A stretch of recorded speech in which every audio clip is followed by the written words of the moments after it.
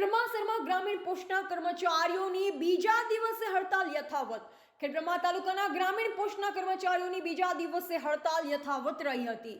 સાતમા પગાર પંચના લાભ કાયમી કરવા સહિત 35 માંગણીઓનું નિરાકરણ કરવાની માંગણી સાથે બીજા દિવસે હડતાલ યથાવત રહી હતી.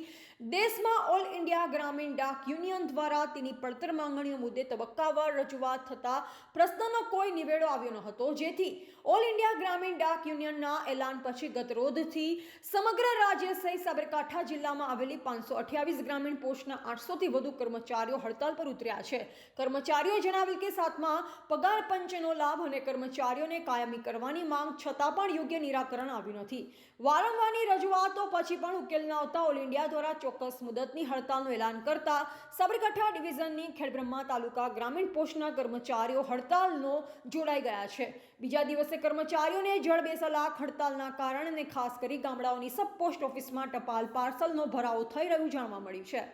ઓલ ઇન્ડિયા નેશનલ જીડીએસ યુનિયનના આદેશથી અમે તમામ ગ્રામીણ ડાક ભાઈઓ બહેનો અમારી લોભાસા માહીની પડતર પ્રશ્નો અને માગણીઓ સમયસર હડતાલ કરવા છતાં પૂરી ન કરેલ હોય અમે તમામ ગ્રામીણ ડાક સેવકો અચોક્કસ મુદતની હડતાલ ઉપર જઈ રહ્યા છીએ.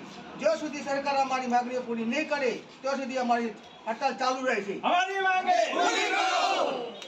રિપોર્ટર ચંદ્રશેખર ભાવસાર, ખેડબ્રહ્મા.